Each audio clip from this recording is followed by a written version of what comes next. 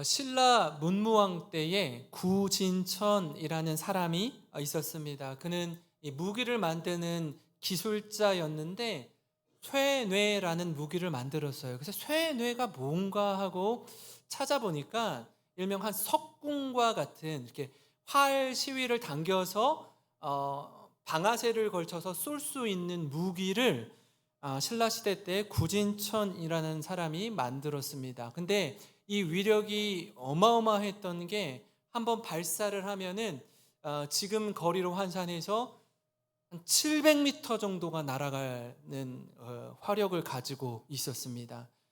신라가 고구려와 백제를 물리치고 이렇게 하나로 규합할 때에 신라 혼자 힘으로는 이게 되지 않는 거예요. 그래서 당나라의 힘을 빌어서 백제와 고구려를 쳤습니다. 그런데 이렇게 삼국이 통일이 됐는데 문제는 뭐냐면 이 당나라가 고구려와 백제를 친 신라를 공격해서 이 나라를 점령하려는 의도를 가지고 있었어요. 그래서 당나라 이 황제였던 고종이 이 신라와 한번 붙어야 되는데 보니까 저 놀라운 쇠뇌라는 무기를 가지고 있으니 자기들이 좀 위협을 느끼는 거죠. 그래서 저들이 요구한 게 있습니다. 뭐냐면 이 기술을 우리 당나라에 전수할 사람을 보내라. 와, 신라 입장에서는 보내고 싶겠습니까? 절대로 보내고 싶지 않죠. 힘이 없으니까 이 구진천이라는 사람을 보내서 이 기술을 전수하려고 했습니다. 이렇게 갔는데 여기서 아주 흥미로운 일이 발생합니다. 구진천이 당나라에 도착해서 이 무기를 만드는데 다 만든 다음에 탁 하고 쏘니까 700m가 쫙 하고 날아가야 되는데 20m 날아가고 똑 떨어지는 거예요. 그러니까 이 뭐야 이거? 너 왜 이렇게 만들었어? 그랬더니 말하기를 왕이시여 황제님 이 당나라의 나무로 만드니까 이게 실력이 발휘되지 않습니다. 신라의 나무를 가져다가 만들면 잘 만들 수 있는데 당나라 나무로 만드니까 안 됩니다. 그러니까 황제가 어떻게 하겠어요? 그럼 신라 나무 가져다가 써.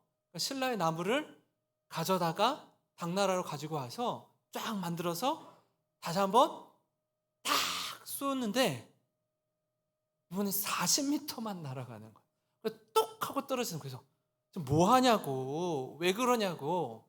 그랬더니 또 핑계거리를 대기를 황제님, 신라의 나무를 가지고 당나라로 오는 과정 속에서 나무가 습기를 먹어가지고 이게 화살이 쫙 나가지 않는다는 거예요. 당나라 황제가 바보도 아니고 너 그러면 죽는다, 가만두지 않겠다라고 하는데도 끝까지 이 구진천이 이 쇠뇌의 기술을 가르쳐주지 않았습니다. 만약에 구진천이 당나라에 자신의 기술을 전수했다면 아마 그는 당나라에서 아주 좋은 대접을 받았을 겁니다. 극진한 대접을 받으면서 잘 먹고 잘 살 수 있는 길이 열렸겠죠. 그런데 왜 끝까지 그 기술을 숨겼을까요? 자신의 목숨을 걸고 지킨 거예요. 왜 그렇죠? 만약에 그 기술을 가르쳐주면 그 활이 어디를 겨누어요? 신라를 겨눌 거기 때문에. 그걸 알고 있었던 구진천은 끝까지 당나라의 쇠뇌의 기술을 가르쳐주지 않았습니다. 구진천의 선택이 신라를 살린 겁니다. 이처럼 내가 누구인지, 내가 어디에 소속되어 있는지 그 정체성을 분명히 할 때에 인생의 위기에 맞닥뜨릴 때도 있고 또 이런 큰 유혹을 마주할 때 흔들리지 않고 사명을 감당하게 됩니다. 오늘 본문에 등장하는 세례 요한도 그러한 사람이었는데요. 세례 요한의 사명은 뭐였냐면 예수님이 자신의 뒤에 오는데 예수님이 가시는 길을 예비하는 사람이었습니다. 그래서 세례 요한이 사역을 시작하고 또 예수님이 첫 사역을 시작할 때의 일성, 첫 마디는 무엇이었냐면 마태복음 3장 1절 2절에 이렇게 나와 있는데요. 그때에 세례 요한이 이르러 유대 광야에서 전파하여 말하되 회개하라 천국이 가까이 왔느니라 하시니, 이렇게 첫 메시지를 전합니다. 그런데 어디에서 이 회개하라 천국이 가까이 왔느니라 복음을 전했냐면 유대 광야에서 전했어요. 화려한 궁전이 아니었습니다. 많은 사람이 모인 시장이 아니었어요. 아무도 없는 광야였습니다. 그 광야에서 회개하라 천국이 가까이 왔느니라 이 회개의 메시지를 선포하는데, 정말 놀라운 건 뭐냐면 사방에서 사람들이 광야로 나오기 시작했다라는 거예요. 어떻게 생각하면 우리의 예상을 깬 모습 아닙니까? 사람들이 도시에 있고 시장에 있으니 그 한복판에서 회개 복음을 전해야 사람들이 올 것 같은데, 아무도 없는 광야에서 회개의 메시지를 전하는데 저 광야로 사람들이 나오기 시작하는 거예요. 저는 이게 굉장히 흥미롭게 느껴지더라고요. 여러분, 그때 어떤 일이 일어납니까? 5절 6절인데 우리 같이 한번 읽어보겠습니다. 시작. 이때에 예루살렘과 온 유대와 요단강 사방에서 다 그에게 나와 자기들의 죄를 자복하고 요단강에서 그에게 세례를 받더니. 아멘. 회개의 복음을 전하자 많은 사람들이 나와서 세례 요한에게 세례를 받습니다. 자기의 죄를 고백합니다. 놀라운 광경 아닙니까? 제가 이 말씀을 묵상하면서 광야의 영성에 대해서 한번 생각해 봤습니다. 광야의 영성. 우리는 어디에 있든지 장소를 불문하고요, 바른 복음, 바른 메시지가 전해진다면 그 메시지 가운데 혹 말씀을 듣는데 불편해요. 내 죄가 막 드러나요. 찔림이 있어요. 아프더라도 복음이 바로 전해지면 아무도 없는 그곳 광야로 나와서까지 죄를 자복하고 회개한다라는 겁니다. 왜 그렇습니까? 하나님이요, 우리를 인생의 광야로 내몰 때가 있기 때문입니다. 우리가 생각하기를 이 세상은 돈이면 다 돼. 돈만 많으면 돈으로 사람을 사서라도 할 수 있어. 이 세상은 건강이면 다 돼. 건강만 있으면 뭐든지 할 수 있어. 이 세상은 명예면 다 돼. 명예를 갖고 권력을 가지면 돈을 가진 사람을 이용해서 부릴 수 있어. 그렇게 생각하고 살았는데 그 모든 것들을 하나 둘 상실하는 과정을 통해서 인생의 광야를 지나게 하시는 거예요. 하나님은 이 시간을 통해서 하나님 한 분만 의지하는 법을 배우게 하시더라고요. 전에는 그것 의지하고 꽉 붙잡고 살았는데, 내가 누군 줄 알아? 나 이런 유명한 사람을 알고 있어. 이렇게 힘 있는 사람을 알고 있어. 그런 사람들에게 다 등돌림, 배신당하고 다 버려졌을 때에 여러분, 그 자리에서 어떤 마음을 가지십니까? 바울도 그런 적이 있거든요. 사도 바울도. 그의 학벌, 인매, 뛰어남, 학식 굉장히 많았습니다. 근데 선교 사명을 감당하면서 밑바닥까지 쓰레기같이 되었던 그 상황 속에 이렇게 고백하는데요. 고린도서 1장 8절 9절을 우리 함께 읽어보겠습니다. 시작. 우리가 아시아에서 당한 환난을 너희가 모르기를 원하지 아니하노니 힘에 겹도록 심한 고난을 당하여 살 소망까지 끊어지고 우리는 우리 자신이 사형 선고를 받은 줄 알았으니 이는 우리로 자기를 의지하지 말고 오직 죽은 자를 다시 살리시는 하나님만 의지하게 하심이라. 아멘. 바울의 선교 사역 가운데 깨달은 한 가지가 뭐라고요? 난 사형 선고를 받았고 난 이제 죽었구나. 이제 아무것도 못하는구나. 아무런 희망이 없는 것 같은 상황에 처했을 때 그가 깨닫는 한 가지, 이는 우리로 자기를 의지하지 말고 오직 죽은 자를 다시 살리시는 하나님만 의지하게 하심이라. 사랑하는 성도 여러분, 이 말씀을 꽉 붙드시고 인생의 광야를 지나실 때에 하나님만 의지하며 나아가는 모든 성도 되시길 주님의 이름으로 축원합니다.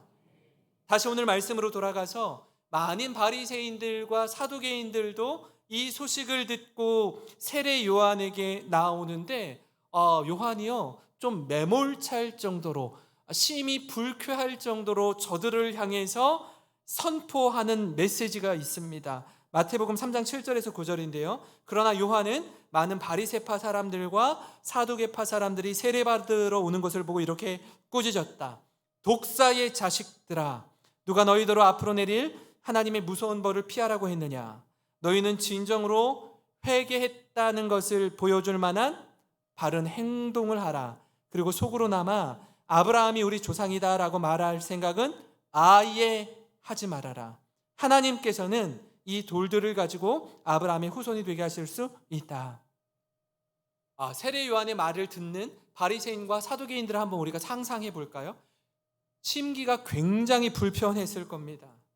그래도 나름 내가 당시 사람들에게 존경받는 종교 지도자인데 감히 저들을 향해서 공개적으로 이렇게 비판할 사람이 당시에 없었기 때문입니다. 세례 요한의 메시지는요 굉장한 파란을 일으켰어요. 그래서 유대인들이 제사장과 레위인을 요한에게 보내서 너 도대체 누구니? 너 뭔데 이렇게 행하니? 라고 묻기 시작합니다.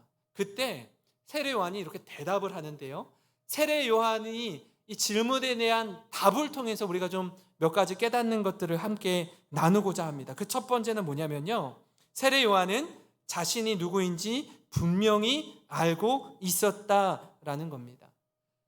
여러분 한번 생각해 볼까요? 유대인들은요 당시에 계속해서 메시아 대망 사상을 가지고 있었습니다. 도대체 우리나라에 이 이스라엘을 구원할 메시아 그리스도는 언제 오는 걸까? 이 로마의 압제 가운데 너무나 힘든 시간을 지나고 있는데 우리를 정치적으로 또 종교적으로 구원하고 독립시킬 메시아는 도대체 언제 오는 걸까라고 기다리고 있었는데 세례 요한을 딱 보니까 혹 저 사람이 우리가 기다리던 그리스도가 아닐까? 메시아가 아닐까?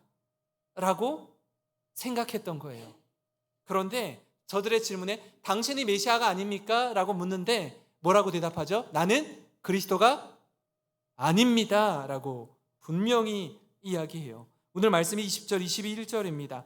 요한이 드러내어 말하고 숨기지 아니하니 드러내어 하는 말이 나는 그리스도가 아니라 한데, 또 묻되 그러면 누구냐? 내가 엘리야냐? 이럴 때 나는 아니라. 또 묻되 내가 그 선지자냐? 대답하되 아니라. 아니래요. 요한이 사역할 때 많은 사람들이 자신에게 와서 죄를 자복하고 회개 세례를 받습니다. 무명한 자에서 유명한 자로 완전히 분위기가 반전되는 겁니다. 그럼에도 불구하고 분위기에 휩쓸리지 않습니다. 당신이 그리스도가 아니냐라고 할 때 아니라는 거예요. 아주 명확하게 이야기합니다. 사실 우리가 한번 생각해 볼까요? 많은 사람들이 여러분을 주목하고 대단히 여기는 것 같으면요, 처음엔 누구나 에이 제가요 뭐 저같이 부족한 사람이요 다 하나님의 은혜로 된 것입니다 라고 예의상 그렇게 얘기를 해요. 그리고 그게 진심일 때도 있어요. 그런데 내가 계획하고 준비하고 내가 열심을 낸 것 이상의 성과를 거두고 열매를 맺고 승승장구하고 잘 되기 시작하고 높아지기 시작하면 처음에는 그렇게 겸손하게 시작했다가도 내 상상 이상으로 더 높아지기 시작하면 어떻게 해요? 마음이 높아지기 시작하고 교만하게 돼요. 세례 요한도 그랬을 거예요. 처음엔 아니다라고 말했다가도 자기를 계속 주목하고 따르는 무리들이 많아지면 말끝을 흐리면서라도 사실은 내가 맞아요 하고 이렇게 흘릴 수도 있어요. 그런 마음이 불쑥불쑥 올라올 수도 있습니다. 그렇게 하지 않았다라는 거예요. 정치인들이 대권에 도전하거나 아니면 국회의원이나 시장에 출마할 때도 그렇지 않습니까? 그리고 정치를 하지 않았던 사람들, 어떤 다른 중요한 요직에 있었던 사람들이 그 자리를 내려놓을 때 많은 사람들이 이렇게 부추겨요. 당신이 이번에 국회의원에 나가보시죠.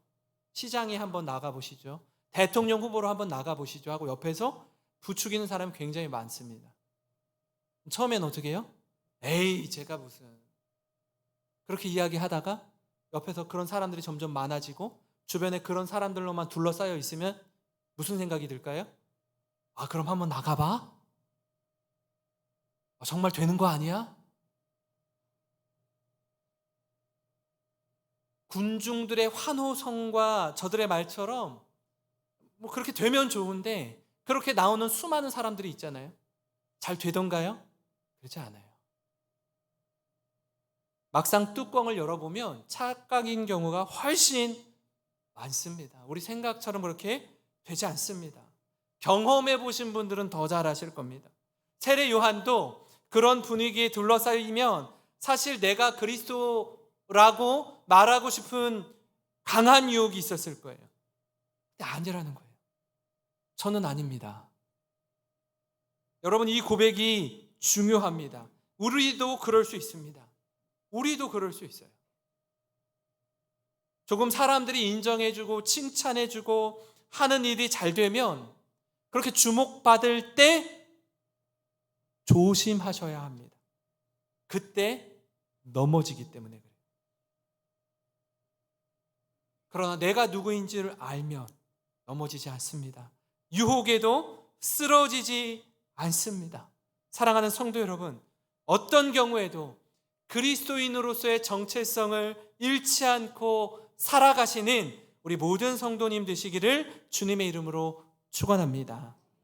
그런가 하면요, 여러분, 세례 요한의 대답을 통해 도전받는 두 번째는 뭐냐면 예수 그리스도가 누구인지 그는 분명히 알고 있었습니다.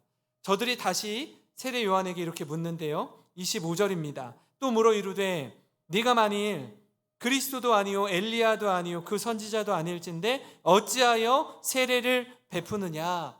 너 무슨 권세로 세례를 베푸니?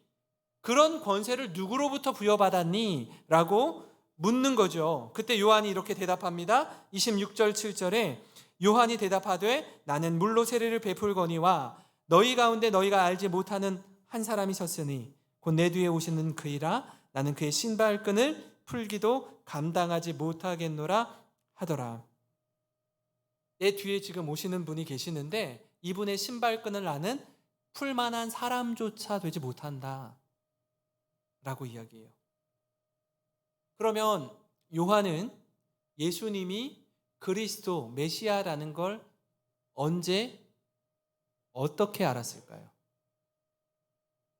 예수님이 누구에게 세례를 받죠? 예수님이 세례 요한에게 세례를 받았어요. 예수님이 나올 때 사실 요한이 이렇게 이야기했습니다. 제가 당신에게 세례를 받아야 마땅한데 어떻게 저에게 세례를 베풀라고 말씀합니까? 이를 위해서 하나님의 의를 이루고자 한다라고 말씀하시고 예수님이 세례 요한에게 세례를 받죠.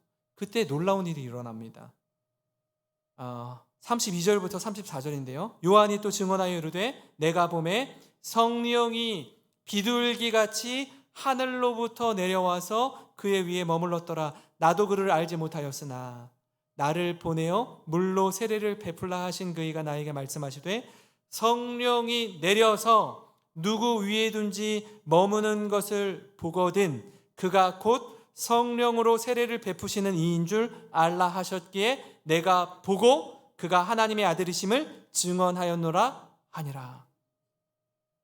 내가 예수님에게 세례를 베푸는데 그때 하늘에서 하나님 아버지의 음성이 들렸고 성령이 비둘기같이 예수님 위에 임하는 것을 보고 그가 하나님의 아들 예수 그리스도이시구나를 깨달았다라고 이야기하는 겁니다. 그러니까 요한은 예수님이 그리스도이심을 알았습니다. 여러분, 예수님이 누구인지 아는 건 굉장히 중요합니다. 왜냐하면 인생의 방향이 달라지기 때문에 그렇습니다. 한번 생각해 볼까요? 당시에 예수님이 누구인지 몰라서 예수님을 십자가에 못 박아 죽인 이들이 있었어요. 누구죠? 누구보다 하나님을 잘 안다라고 생각했던 사람들이었습니다. 누구보다 하나님의 말씀을 잘 안다고 생각했던 이들이었어요. 뿐만 아니라 당시에 존경받던 종교 지도자들이었습니다. 그들이 예수님을 십자가에 못 박아 죽였습니다. 뭘 아는 줄 알았는데, 뭘 좀 안다라고 생각했는데 실상은 모르는 겁니다. 그래서 군중 심리를 동원해서 빌라도 앞에 예수님을 십자가에 처형해야 된다라고 말했던 사람들, 당시의 종교 지도자들이었습니다. 예수님을 모르는 거예요. 그러나 요한은 예수님을 보고 이렇게 선포합니다. 요한복음 1장 29절인데 같이 한번 읽겠습니다. 시작. 이튿날 요한이 예수께서 자기에게 나오심을 보고 이르되 보라, 세상 죄를 지고 가는 하나님의 어린 양이로다. 아멘. 예수님을 보고 지금 뭐라고 이야기하죠? 앞으로 장차 일어날 세상 모든 죄를 짊어지시고 십자가에 달리실 예수 그리스도를 상징적으로 표현하면서 보라, 세상 죄를 지고 가는 하나님의 어린 양이로다, 이렇게 말씀합니다. 사랑하는 성도 여러분, 예수님이 누구인지를 알면요, 우리는 겸손해집니다. 예수님이 누구인 줄 알면 함부로 말하지 않습니다. 예수님의 은혜와 사랑으로 구원받은 자라는 걸 알면 겸손히 주님과 함께 주님 가신 그 길을 따라 걷습니다.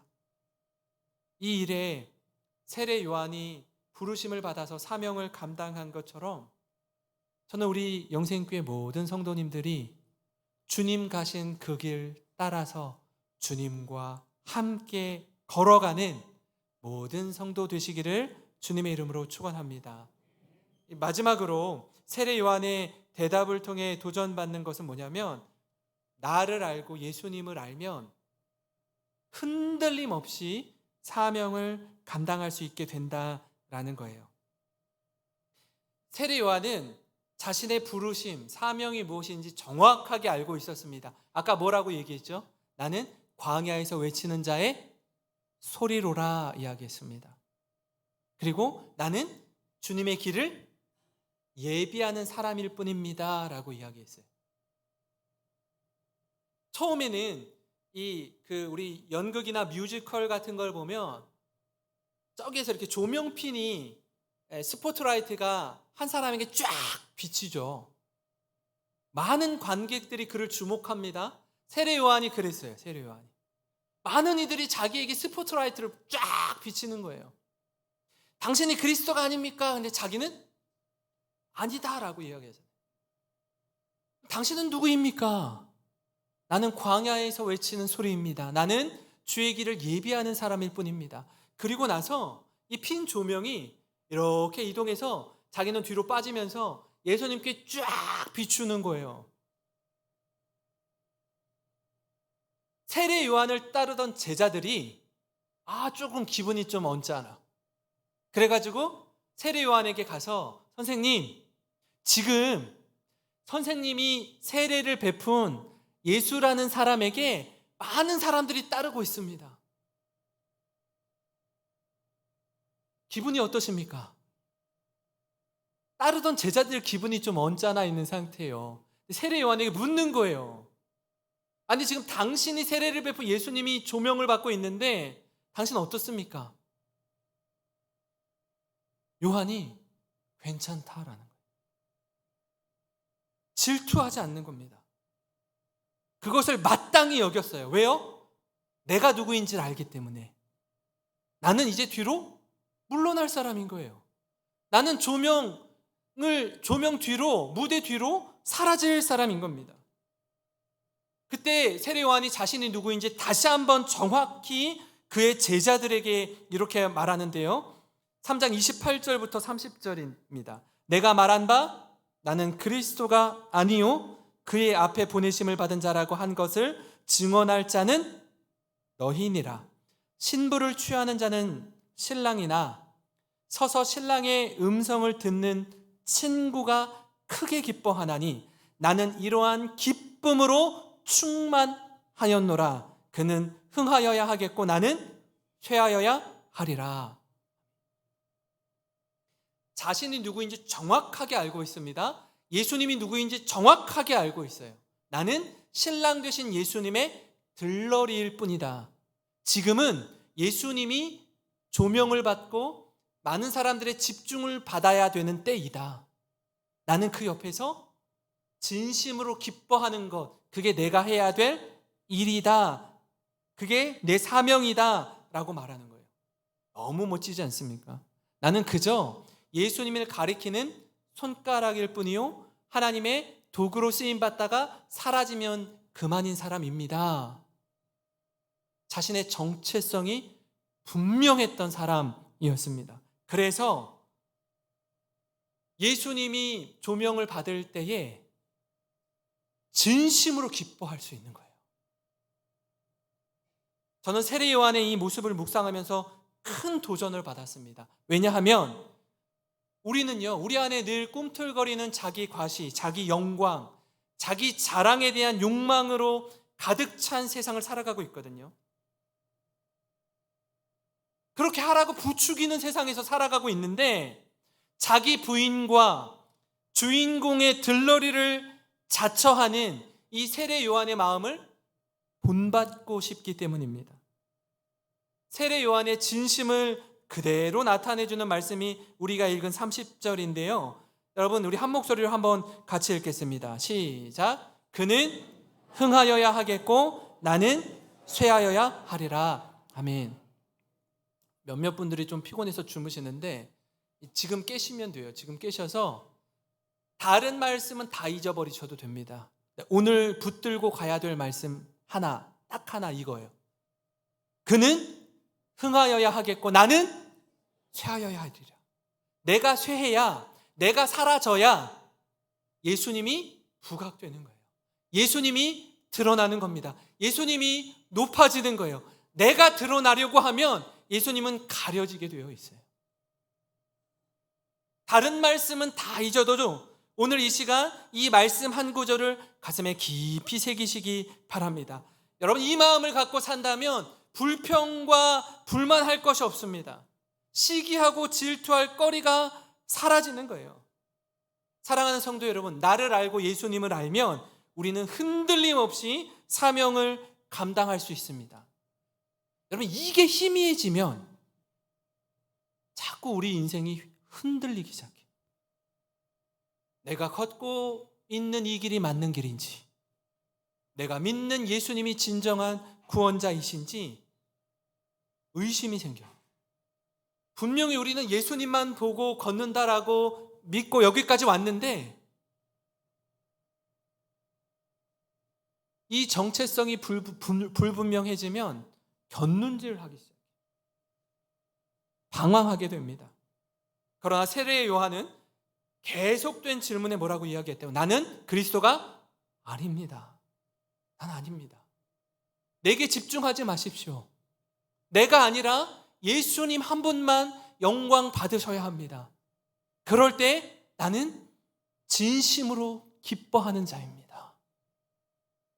아무리 많은 사람이 따르고 스포트라이트를 받고 사람들이 주목해도 요동하지 않는 거예요. 흔들리지 않는 겁니다. 나는 아닙니다. 우리 모두 다 같이 나와 함께 주님을 바라봅시다. 저는 우리 영생교회가 이 일에 힘쓰는 교회가 되기를 원합니다. 여러분, 우리 가운데 때로는 하나님께서 주신 은사를 따라서 살아갈 때에 우리를 주목하는 경우가 간혹 있을 때가 있습니다. 그 결정적인 순간에, 그 감격적인 순간에 하나님을 높여드리는 우리 모두가 되기를 바랍니다. 제가 대전의 새로남교회에서 있을 때에 한 명의 굉장히 이슈가 된 아이가 있었어요. 누구였냐면 중등부 사역을 하는데 중학생 아이가 K-팝 스타 1에 나와가지고 우승을 했어요. 지금은 별로 드러나지 않는데 이름이 갑자기 생각이 안 나네. 이하이랑 붙었던 친구인데 내 제자를 왜 이름 모르지? 네? 박지민. 이하이랑 박지민이 최종 결승전에 올라갔어요. 나중에 박지민이 됐어요. 물론 지금 뜨기는 이하이가 더 잘 알려지게 되었지만 박지민이 우리 교회의 제자였어요. 중학생인데 K-팝 스타 1에서 우승을 했어요. 2에서 우승한 애들이 악동 뮤지션인데 1에서 우승한 그 아이가 이런 얘기를 하더라고요. 그러니까 방송국에서는 어떤 그렇게 딱 스포트라이트를 받고 우승자가 되고 인터뷰를 하잖아요. 인터뷰를 할 때 반드시 종교적인 발언하지 못하게 해요. 말하지 말라고. 뭐 하나님께 영광을 돌립니다. 뭐 이런 얘기 하지 말라는 거예요. PD들이 절대 말하지 말라고 해요. 근데 여러분 아시잖아요. 방송을 보고 이렇게 뭐 트로피를 타고 이런 사람들을 보시잖아요. 그때 크리스천들이 어떻게 하죠? 그런 얘기를 하죠. 하지 말라고 하는데 하잖아요. 저는 처음에 그걸 몰랐어요. 그냥 의뢰껏 그 자리에 섰으니까 이 모든 영광을 하나님께 돌립니다. 이거 하지 말라고 외압이 엄청나게 강합니다. 거기서 용기를 내서 말한다는 건 쉬운 게 아닌 거예요. 그럼 왜 그들이 그런 말을 하죠? 많은 사람들이 자기를 주목하거든요. 모든 스포트라이트를 자기가 받고 있거든요. 그 상황에서 누구를 높이는 거예요? 나름 힘을 다해서 하나님을 높이는 거예요. 하나님을 높이는 거예요.